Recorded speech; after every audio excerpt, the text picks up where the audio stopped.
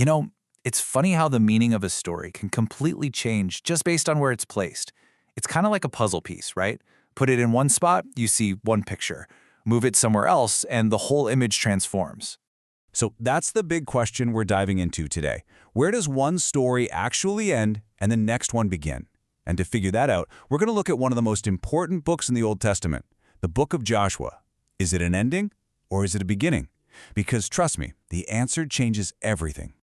All right, so to really get why Joshua's position is so fascinating, we've got to start with the traditional map. You know, the way these books are usually laid out in the story. And that story starts with what's called the Pentateuch.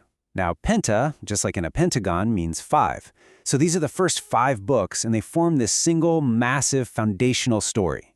This whole epic follows the people of Israel from the dawn of creation all the way to the very edge of the Promised Land. And it ends right as its main character, Moses, dies. So the traditional view makes a ton of sense. The story of Moses and the journey from Egypt wraps up when he dies at the end of Deuteronomy.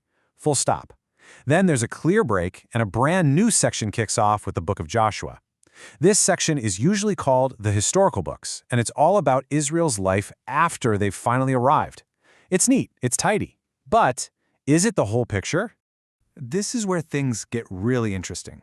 Scholars started looking closer at this clean break, and they asked a pretty radical question. What if that break isn't really there? What if the book of Joshua isn't the start of a new story at all, but the grand finale of the first one? And this question gave birth to something called the hexateuch theory. It's simple, right? If a pentagon has 5 sides, a hexagon has 6. The big idea here is that the first 6 books, Genesis all the way through Joshua, are actually one single, epic, continuous story. And the logic behind this is pretty powerful when you think about it. The entire Pentateuch is a story about looking forward. It's all building towards getting to the Promised Land. Genesis ends with the people stuck in Egypt. Exodus and Numbers are all about the grueling journey toward the land. And then Deuteronomy ends right on the border. The story is just left hanging.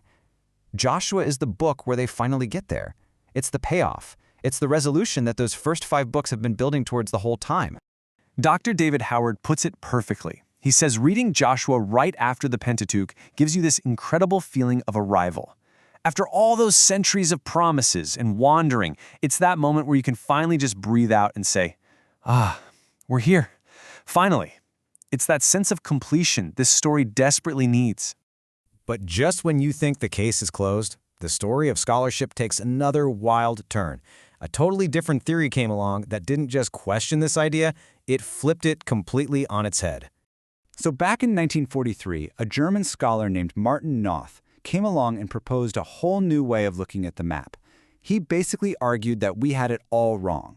He said Joshua wasn't an ending at all, but the definitive start of a brand new epic story. He called it the Deuteronomistic history. Now, that sounds a little academic, but the idea is actually pretty simple. It argues that Deuteronomy isn't just the end of the first story, it's the thematic prologue for the next massive story, which includes Joshua, Judges, Samuel, and Kings. It's basically the mission statement for the entire next chapter of Israel's history. And the evidence for this view is also really, really strong. Deuteronomy isn't just looking back, it's a blueprint for the future. It's Moses laying out all the rules, all the warnings, all the promises for how Israel is supposed to live in the land. And you can trace those exact themes like if you obey God, things go well, and if you disobey, disaster strikes, all the way from the first pages of Joshua to the final tragic fall of Jerusalem hundreds of years later in the book of 2 Kings. In this view, Joshua isn't the finish line, it's step 1. Okay, so where does that leave us? We've got 2 powerful theories that both make a lot of sense, but they seem to completely contradict each other. One says Joshua is the grand finale. The other says it's the opening act. So what gives? Well, what if it's not a contradiction at all? What if they're both right? What if the tension between these 2 ideas isn't a problem we need to solve, but is actually the whole point? What if that's the key to understanding what this book is really doing? And that leads us to this really brilliant solution, thinking of Joshua as a hinge book. It literally swings in 2 directions at the exact same time. Looking backward, it's fulfilling those ancient promises made to Abraham. It completes that epic journey out of Egypt and gives us that crucial feeling of arrival.